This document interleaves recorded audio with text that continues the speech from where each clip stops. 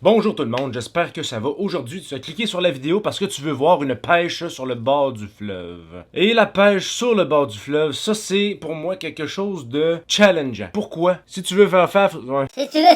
Pour faire une pêche comme j'ai fait dans la vidéo, tu vas avoir besoin de ça. Tu auras également besoin de ça. Tu auras également besoin de ça. Si je pouvais vivre une pêche comme ça à tous les jours, là, je serais comblé. Je serais totalement comblé. C'est parti.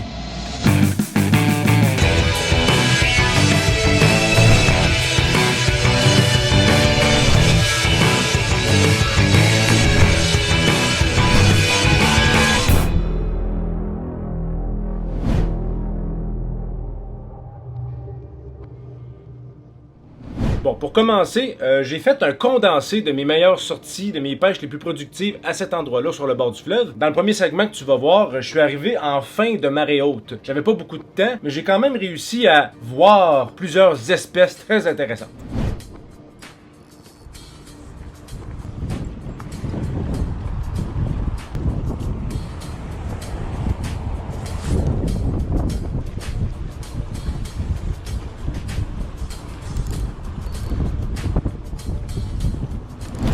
Ce que tu me vois faire en ce moment, quand je calibre la canne à pêche, c'est que j'ai un poids de 4 onces, comme tu as vu tantôt, qui tombe dans le fond. Ça, c'est supposé faire arrêter la ligne. La ligne est supposée arrêter dans le fond, à l'endroit où ça se pose. Mais tout dépendant, si le courant est fort ou plus faible, ça va varier. Des fois, ça sera pas possible. Des fois, ils vendent tellement que ton poids se promène de toute façon. Là, ce que j'essaye de faire, c'est de minimiser la résistance de mon moulinet pour que s'il y a un esturgeon qui mord après mon hameçon, qui puisse partir avec, il s'en rendra pas tout de suite compte qu'il l'a pris. Fait que moi, ma technique, je desserre le moulinet à son maximum. Si je vois que le courant fait partir, si je vois qu'il y a du fil qui part avec le courant, je resserre un petit peu. Si je vois que le courant cesse de gruger du fil, c'est parfait. J'ai ma bonne résistance. Je sais pas c'est quoi votre technique à vous autres, vous pouvez l'écrire dans les commentaires là, pour l'esturgeon. Mais moi, c'est comme ça que je procède pour installer le piège en quelque sorte. Une fois que ça, tout est installé, je dépose ma canne, puis j'observe.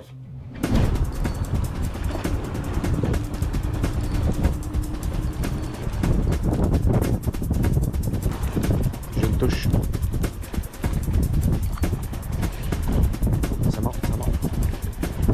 Ouais, tu casses un peu plus, tu casses un peu plus. Ah, j'en ai un. J'ai quelque chose. C'est quelque chose pour eux. C'est ça, là, ça fait quoi? Ça fait peut-être 1h15 que je suis en train de pêcher. J'ai pas pris grand-chose. Mais là, t'as le bonhomme qui est tout le temps là. Il est tout le temps là. Il reste là pendant 10 heures de temps. Aussitôt que la marée est encore à la plage, il arrive, il attend. Marée montante, marée descendante, il est toujours là. Là, j'ai vu qu'il avait attrapé quelque chose. Là, je me suis bien rendu compte que j'allais rien prendre pour l'instant. Fait que j'étais allé voir qu'est-ce qu'il avait pris. J'étais quand même assez curieux. Ça a jumpé, hein?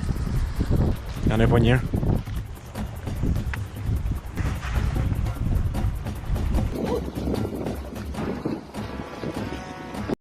Là, pourquoi tout d'un coup la vidéo est rendue dégueulasse? Parce que j'avais encore un problème de GoPro. J'ai tout le temps un problème de caméra. Je peux pas m'en passer, ça me prend au moins un problème par vidéo. Fait que pour le reste de ce segment-là, j'ai filmé avec mon téléphone.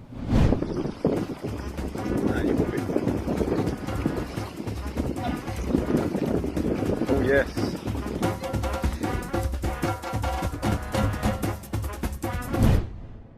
Puis là, je me suis rendu compte que tout le monde prenait des poissons, sauf moi. Des fois, ça arrive, tu lances à 10 pieds à gauche de un, à 15 pieds à gauche de l'autre, 20 pieds plus loin, 20 pieds plus court, tu pognes rien, puis tout le monde ramasse tout, sauf toi. C'était moi cette journée-là.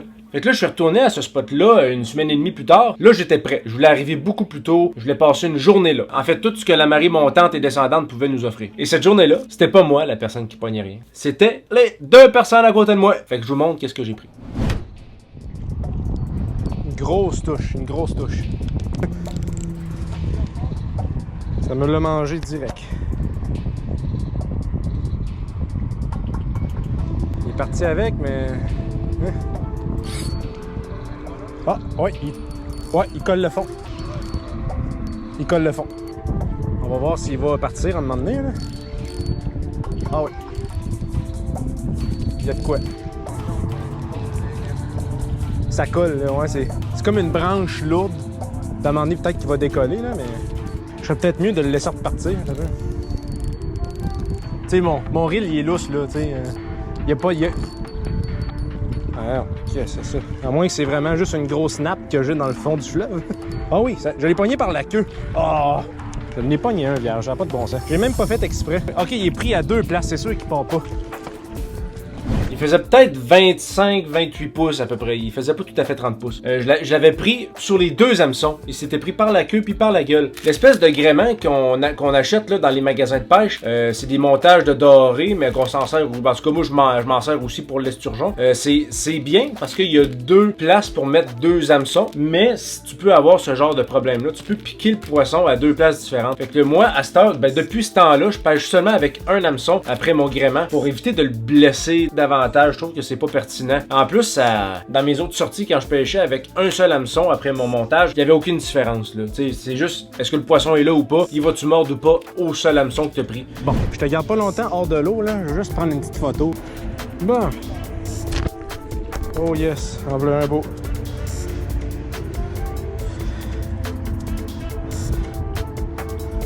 Ok, je te remets à l'eau. Pas plus compliqué. Yeah. Good job. Puis là aussi, il a passé peut-être un 2-3 minutes à l'extérieur de l'eau. Je l'ai relâché vite, mais j'ai pris le temps de bien l'oxygéner. Tu sais, je l'ai relâché quand même assez vite dans la vidéo parce que j'ai fait du montage, mais j'ai quand même pris le temps de bien l'oxygéner pour qu'il soit prêt. Ça a pris peut-être un 2-3 minutes avant qu'il puisse repartir. On peut suivre.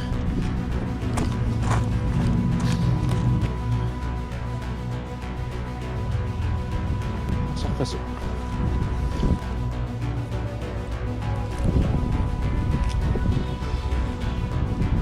Pas bien loin, c'était à quoi? C'était à 70 pieds ici. Là. Je déroule mon frein au max. On va le savoir quand ça va monter.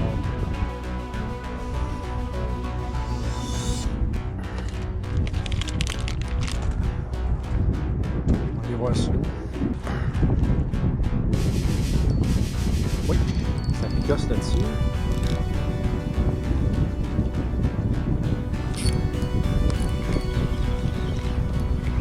Quelque chose. C'est quoi? C'est un bar rayé, ça? C'est quoi? Non, c'est une perche. Perche blanche, quoi. Ah oui, une belle petite perche. La veux-tu? J'en ai déjà mangé une il y a 3 ans. C'était du trouble pour rien, mais d'un coup que t'es avec. Petite perche blanche. Je sais pas si tu vois le sang sur la perche blanche, c'est pas le sien, c'est le mien. La nageoire dorsale, là, et qu'elle coupe. Elle coupe, là, c'est incroyable. C'est beau. Mais ça fait saigner. Ça, c'est des épines bien tranchantes.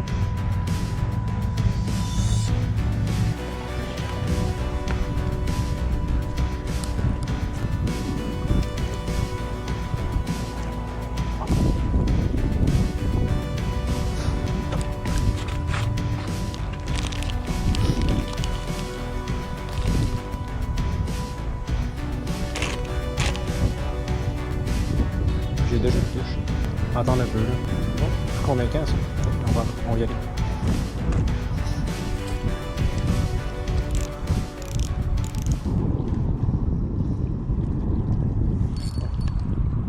Ah shit. Je suis pris. On va essayer leur soupe là, pour voir s'il y a du doré qui se cache des rochers. On va voir ce que ça va donner. Ça a pas marché. Bon, ben on se reprend pour l'esturgeon. C'est parti. Je vais desserrer. C'est parti. Pas déjà. Non, il y a peut-être plus de courant. Peut-être peu.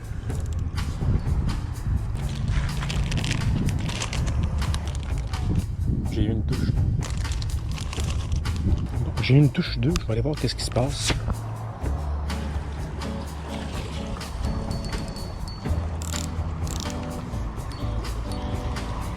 Ah ben, je me suis bouffé la moitié d'un verre. Mais l'autre, par exemple, il est encore tout là. On a mis un petit quelque chose.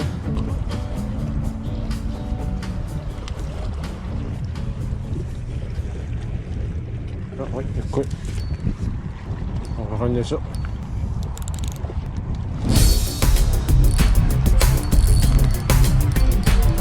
Je sais pas c'est quoi. Toi, t'as juste un petit surgeon, là. Ah, tout petit. T'as un peu, c'est un tout petit surgeon là, qui est caché dans les roches. Un petit bébé. Un tout petit bébé. Tiens. Un beau petit bébé. Ok, il est beau. Ok, tiens.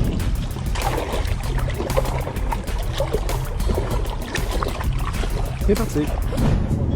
Hey non, ça tirait comme une barbotte. Ça fait 2 aujourd'hui, mais ils sont pas assez gros pour les garder.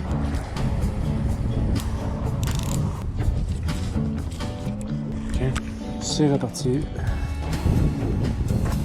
Oh, j'ai encore quelque chose. Ouais, j'ai encore quelque chose.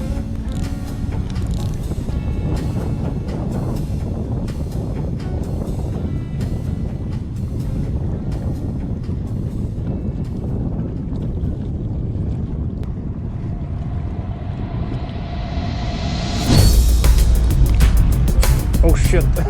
C'est un petit peu plus gros ça. Je sais pas trop c'est quoi, comme d'habitude. C'est quoi ça? Hey, c'est un doré! Un hostie de gros doré! C'est quoi cette bébête là maintenant? Je te jure, j'ai pas fait exprès, ok? Un gros doré, toi! Je trouvais que ça forçait pas comme d'habitude, mais un tabarnak de doré!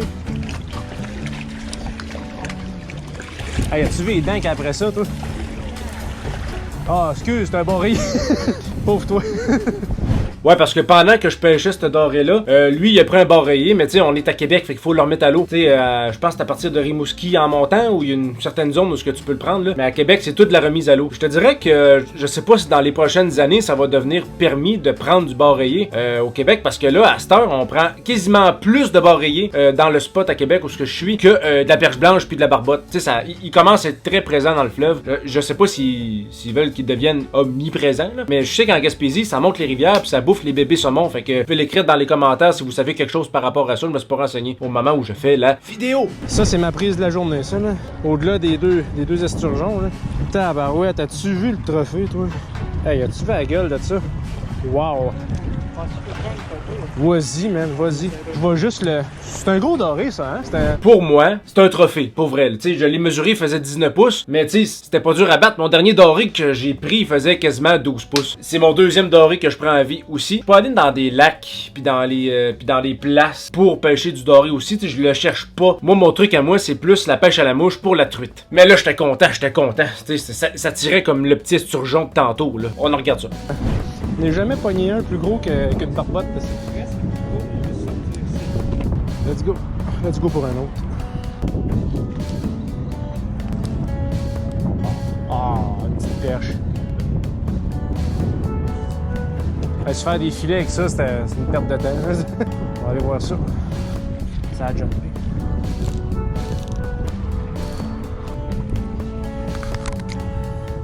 Oh shit, ok, ouais, là ça monte. Ah, j'ai rien. C'est bon ça. C'est décroché quasiment jusqu'au bord. Petite morsure ici.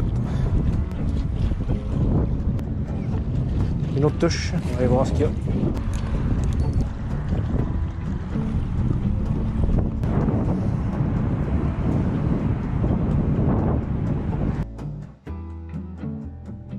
Fait qu'après plusieurs tentatives, après ça, après mon doré, c'était rendu moyen. Ça pognait plus ou moins. J'ai pris juste une petite perche, je pense. Puis je l'ai même pas filmé, je l'ai pas gardé parce que je trouvais que c'était pas pertinent. Fait que c'était ça, mon condensé de mes 2 meilleures sorties de pêche. J'en ai fait quelques-unes après que j'ai pas filmé au même spot parce que là, je me suis dit, bon, je veux vous montrer ma pêche, mais là, toujours sur le même spot, il va falloir que je varie à un moment donné. Il va falloir que je découvre d'autres endroits. J'en connais plusieurs, là, mais tant qu'à moi, c'était le plus accessible que je pouvais avoir dans le moment. Si t'as aimé la vidéo, le contenu que je fais, tu peux liker, tu peux laisser un commentaire pour laisser tes impressions. Ça va me faire un plaisir de te lire. Puis, écoute, abonne-toi si tu veux pas rater mes autres sorties de pêche. Il y en a d'autres qui vont sortir. J'en ai 3 encore en préparation. Je dis tout le temps que j'en ai 3 parce que j'en ai toujours 3 en banque parce que je sors au fur et à mesure pêcher. Fait que là, ben c'est ça. Je vais te dire salut. Salut là!